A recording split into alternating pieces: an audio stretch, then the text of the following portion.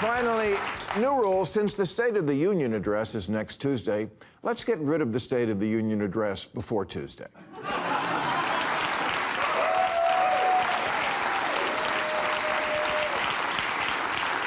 And here's why.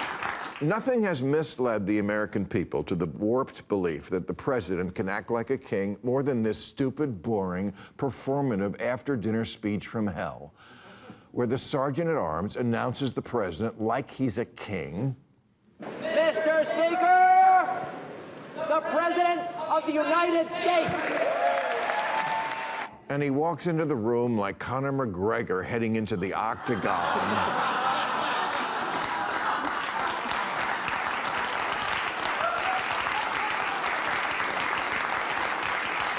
With members of Congress lining the aisle like medieval peasants hoping to touch the royal garments, and then he proceeds to tell Congress what he wants them to do, making it look like the president is in charge of everything and it's he who sets the agenda. But that's not what it says in the operating manual. You know, the Constitution.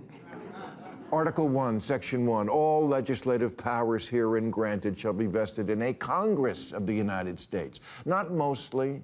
Not unless the president has a really bitchin' idea. Nearly half the words in our Constitution are in Article 1. That's the one about Congress and all the stuff they're supposed to be in charge of. The exclusive power to make laws, declare war, tax, tariff.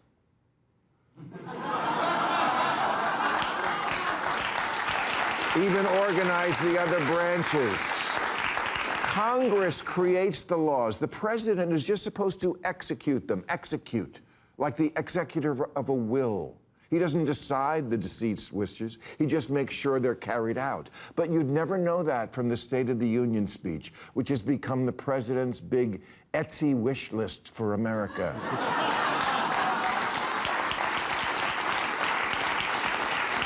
For example, in his 2023 address, Joe Biden proposed the Junk Fee Prevention Act, a proposal that would ban excessive fees tacked onto concert tickets, outlaw airlines from charging families a fee to sit together, and put an end to resort fees. These are all great ideas, and totally not the president's job to propose them. Again, he's just the enforcer.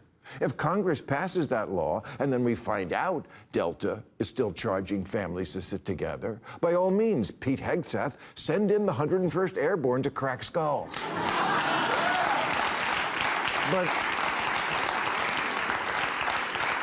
But don't get it mixed up. The star of this movie we call American democracy is Congress. The president is at most up for Best Supporting Actor. No wonder It's no wonder that Americans think the president controls the price of eggs. Nearly a third think he controls gas prices and the unemployment rate. 1 in 4 thinks he has control over interest rates and consumer prices. And the hosts of Fox and Friends think he can change the paths of hurricanes.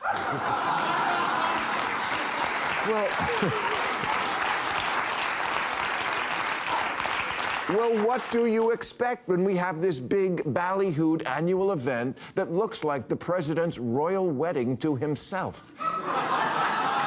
It's everything George Washington did not want, because Washington knew the Constitution, and nowhere does it say the president has to get up before Congress every year and bloviate on and on like he's the slightly drunk best man at the rehearsal dinner.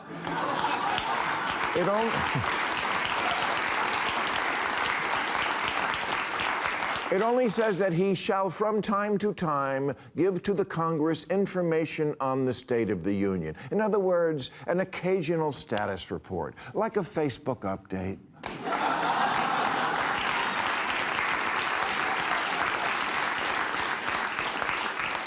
Washington's first State of the Union was 833 words. It was hardly worth throwing his wig on for. It lasted all of 10 minutes. Chuck Grassley barely had time to get settled in his seat.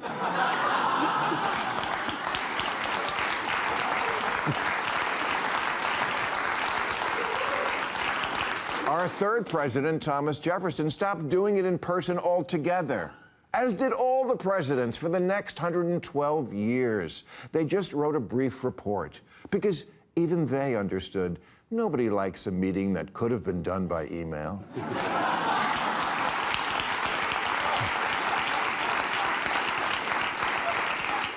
Jefferson didn't want a speech to Congress because he thought it was too much like the King of England's speech from the throne and that it sent the wrong message. It did. It still does. And I shudder to think where this trend will lead and hope it is not to a president so emboldened by our royal treatment of him that he thinks he has the right to do whatever he wants.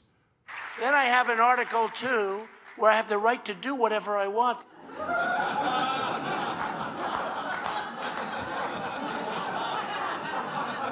Yes, Trump acts like a king, but don't lay it all on him, because we have been moving in this direction for a long time.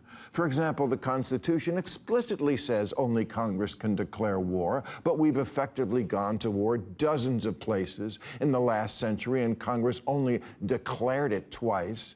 Otherwise, Congress treats presidents' intent to send troops to fight somewhere like a user agreement that pops up on your phone. Just click it. Just click it. You're not going to read it. And if you did, you wouldn't understand it. And if you did understand it, it'd still be tricking you. So just click it so you can get back to watching a TikTok of a toddler saying motherfucker.